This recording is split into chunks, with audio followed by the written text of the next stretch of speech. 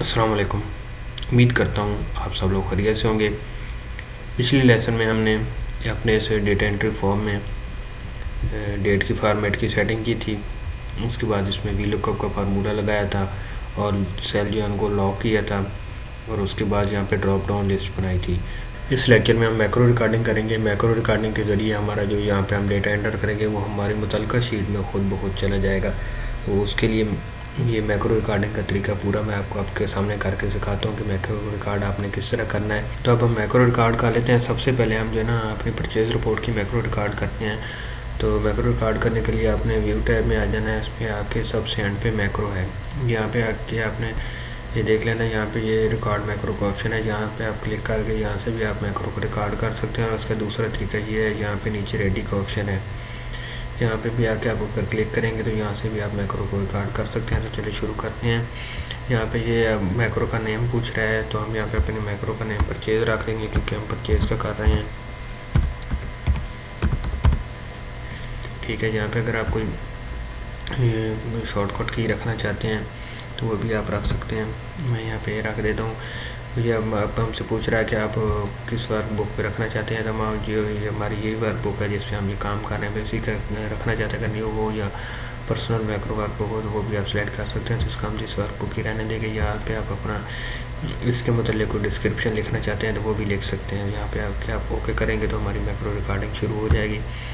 तो अब हमारी जो मैक्रो है ना वो रिकॉर्ड हो रही है। सबसे पहले आके हमने परचेज़ की रिपोर्ट में आ जाना है। यहाँ पे पहले सेल को एक्टिव करना है, इसको छोड़ के नीचे वाले सेल पे आ जाना है। नीचे आने के बाद यहाँ पे हमने न्यू जो है ना रो एक ओपन कर लेनी है। यहाँ पे आने के बाद यहाँ से लेके ये न्यू ओपन करने के बाद हमने फिर वापस जो है ना अपने डैशबोर्ड पे चले जाना है। यहाँ पे आने के बाद इस सारे एरिया को सिलेक्ट करने के बाद इसको कर लेना है कॉपी करने के बाद फिर हमने जो है ना परचेज़ वाली शीट पे दोबारा वापस चले जाना है। यहाँ पे आने के बाद सेल को एक्टिव करने के बाद यहाँ पे पेस्ट स्पेशल कर देना है। यहाँ पे आके अपने वैल्यू पे क्लिक कर देना है। अगर आप वैसे भी पेस्ट कर देंगे तो उससे ये पेस्ट हो जाएगा, लेकिन ये है कि वो वहाँ की फॉर्मेटिंग और वहाँ की जो है ना दूसरे डैशबोर्ड की वो आपकी आ जाएंगी। यहाँ की शीट की फॉर्मेटिंग आपकी ख़राब हो जाएगी। तो इतने सिर्फ जो है ना हमें तो वैल्यू ही चाहिए क्योंकि फार्मूले हमारे इसमें पहले शीट में लगे हुए हैं, सारी फॉर्मेटिंग हमारी मुकम्मल है। तो हमें सिर्फ इसमें वैल्यू चाहिए, तो जस्ट वैल्यू ही पेस्ट करनी है। तो अपने वैल्यू पे ओके करना है और प्रेस कर देना है। ये देखिए ये अब हमारे यहाँ पे हो गया है। उसके बाद हमने फिर वापस चले जाना है डैशबोर्ड पे। डैशबोर्ड पे आने के बाद हमें इसको सिंपल डिलीट कर देंगे। ये देखिए ये एरर आ रहा है क्योंकि हमने जो है ना यहाँ पे सेल जो है वो लॉक की हो। अगर सेल लॉक ना की होती तो यहाँ से ये डिलीट हो जाता। तो हमने अब इसको जो है ना पहले आपने इसको डिलीट कर लेना है। उसके बाद आके आपने यहाँ पे इसको डिलीट कर लेना है, यहाँ से उसको डिलीट कर देना है। ठीक है, और उसके बाद आपने फर्स्ट सेल में आने के बाद यहाँ पे उसके बाद आपने मैक्रो को स्टॉप कर देना है। ये देखिए ये हमारी मैक्रो जो है ना वो रिकॉर्ड हो चुकी है। तो अब इसको हम चेक कर लेते हैं मैक्रो में। ये देखिए ये हमारी परचेज़ की मैक्रो जो है ना वो रिकॉर्ड हो चुकी है। तो इसको हम रन भी करवाएंगे, लेकिन इसको हम इसमें हम पहले कुछ डेटा एंटर कर लेते हैं। यहाँ पे हम जैसे आज की डेट ही लिख लेते हैं।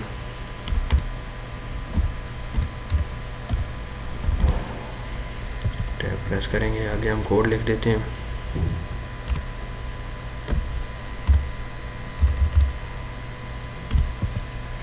बिल नंबर लिख देंगे और सप्लायर का नेम कोई भी हमने जो है ना ड्रॉप डाउन लिस्ट बनाई है। अगर आपने भी के पास भी अगर थोड़े से नेम है तो आप ड्रॉप डाउन लिस्ट बना सकते हैं कौन सा सप्लायर है। यहाँ पे आप प्राइस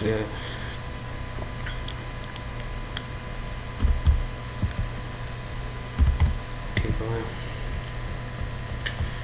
यहाँ पे आने के बाद हम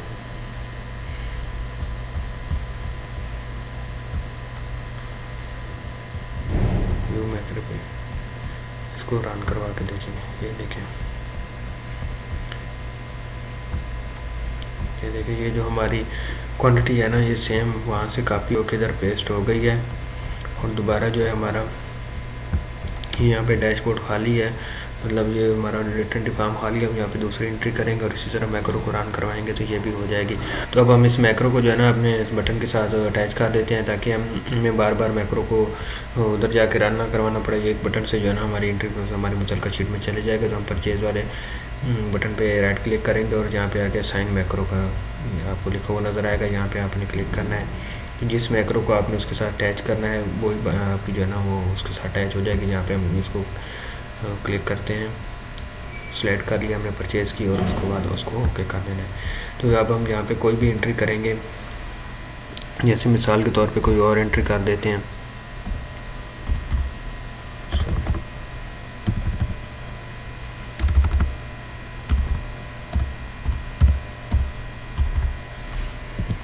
ठीक है, इसके बाद हम दूसरी एंट्री कर देते हैं।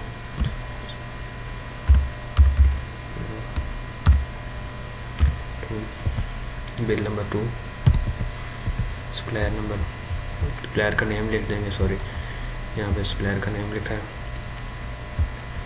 उसके बाद आगे प्राइस लिख दें, हम यहाँ पे कोई भी क्वांटिटी लिख दें।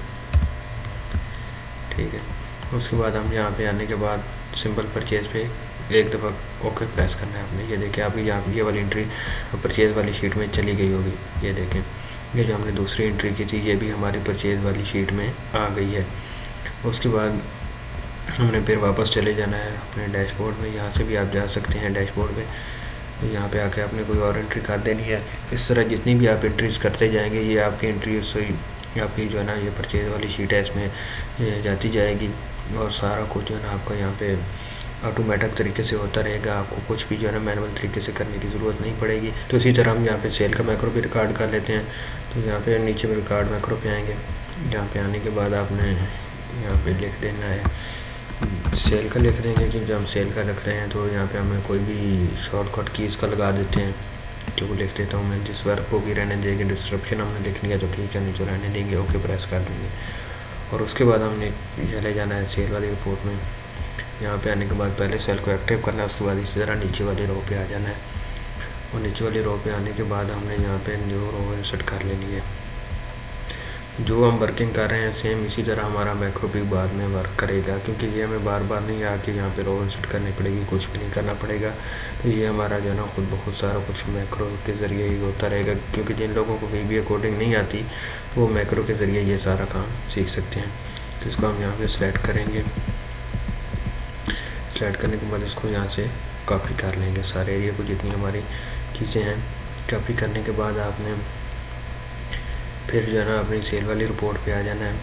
यहाँ पे आने के बाद इसी सेल में आपने यहाँ पे पेस्ट स्पेशल कर देना है। पेस्ट स्पेशल इसलिए करना है क्योंकि आपकी जो है ना सिर्फ वैल्यू ही है फॉर्मेटिंग, और बाकी आपकी कोई चीज़ जो है ना वो ख़राब ना हो। तो प्रेस कर देंगे तो ये हमारे वहाँ पे जो डेटा हम इंटर करेंगे वो हमारे यहाँ पे पेस्ट हो जाया करेगा।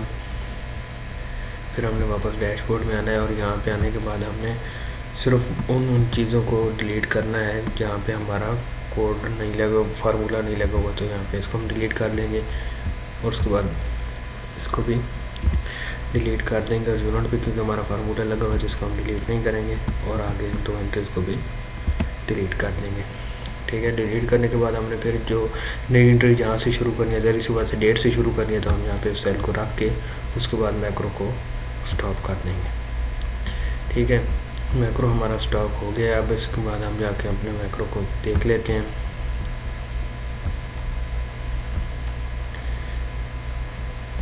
सॉरी, हमने यहाँ पे मैक्रो व्यू करना था।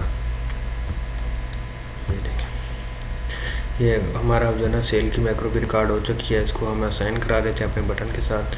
तो यहाँ पे आने के बाद इसको यहाँ से असाइन मैक्रो करेंगे और सेल के साथ करवाना है अटैच, इसको ओके प्रेस कर देंगे। तो अब हमारा ये सेल की जो है ना सेल रिपोर्ट की मैक्रो जो है ना वो रिकॉर्ड हो चुकी है। तो अब यहाँ पे जो भी हम एंट्री करेंगे वो हमारी वहाँ पे रिकॉर्ड हो जाएगी सेल की रिपोर्ट में, खुद ब खुद वहाँ पे चली जाएगी। तो हम यहाँ पे कोई एंट्री फर्जी तौर पे कर लेते हैं।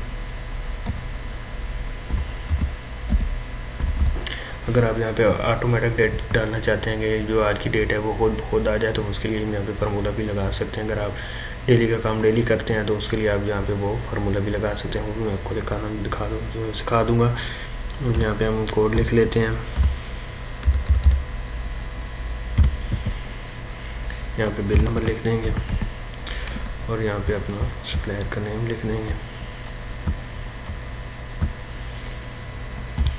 यहाँ पे क्वांटिटी लिख दें, प्राइस लिख दें, यहाँ पे क्वांटिटी लिख दें। ठीक है, उसके बाद हम यहाँ पे सेल पे क्लिक करेंगे तो ये हमारी एंट्री सेल वाली रिपोर्ट में चली गई है। ये देखिए जो हमने ये एंटर किया था ये हमारा जो है ना सेल की रिपोर्ट में चला गया है। और यहाँ पे हमारी सारी जो है ना रिपोर्ट आउट हो गया। इसके ऊपर वाले को आपने जो है ना यहाँ से डिलीट कर देना है। और बाकी अब जैसे भी आप कोई और एंट्री करेंगे हम कोई और एंट्री करके देख लेते हैं।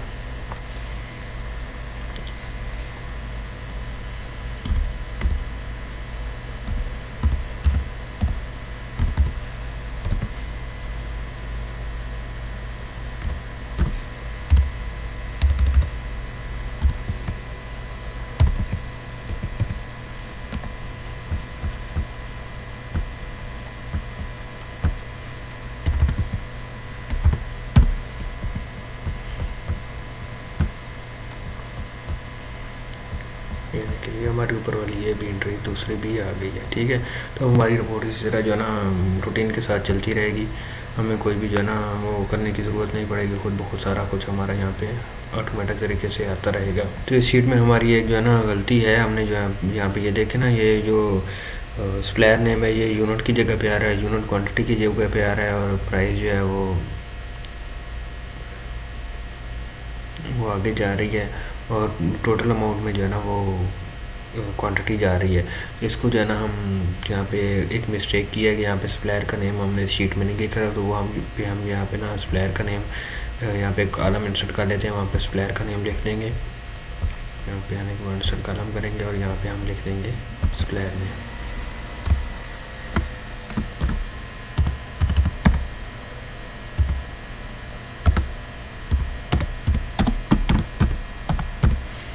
ठीक है, तो अब जो है ना कोई भी हम एंट्री करेंगे तो वो अब हमारी बराबर आएगी। अब हम यहाँ पे इसको जाके देख लेते हैं दोबारा कोई एंट्री करके।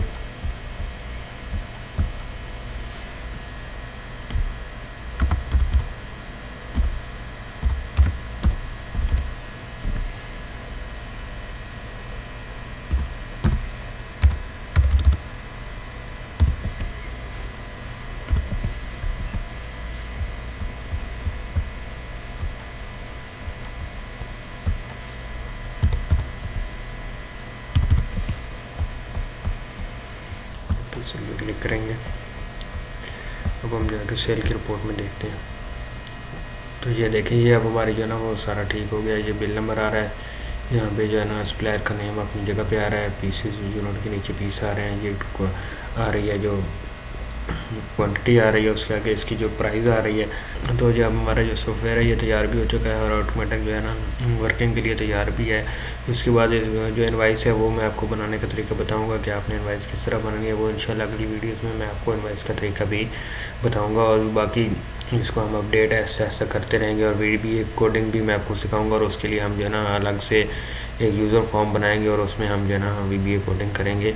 और ये जो है ना आसान तरीके से मैंने आपको बताया कि आप इस तरह जो है ना इसको एक्सेल में बगैर वीबीए के आप इस तरह का ऑटोमेटिक सॉफ्टवेयर बना सकते हैं। तो इस तरह यहाँ पे जो है ना आप अपनी एंट्री जो भी करना चाहेंगे आप यहाँ पे अपनी एंट्री करेंगे और एंट्री करने के बाद सिंपल परचेज पे क्लिक करेंगे तो आपकी शीट पे चली जाएगी। उसके बाद आपने अगली एंट्री कर लेनी है, उसके बाद फिर आपने परचेज पे क्लिक वाली बटन पे क्लिक करना है तो आपकी परचेज में चली जाएगी। और जिस तरह आपकी डेली आपका जो है ना काम ख़त्म होता है शाम के वक्त आप अपना हिसाब किताब करना चाहते हैं तो सेल के जितने भी बिल होंगे आप यहाँ पे उसको जो है ना इसी तरह लिखने के बाद एंटर करते जाएंगे तो ये देखिए आपका वहाँ पे एंटर होता जाएगा और यहाँ पे जाके आप अपनी रिपोर्ट में देख भी सकते हैं।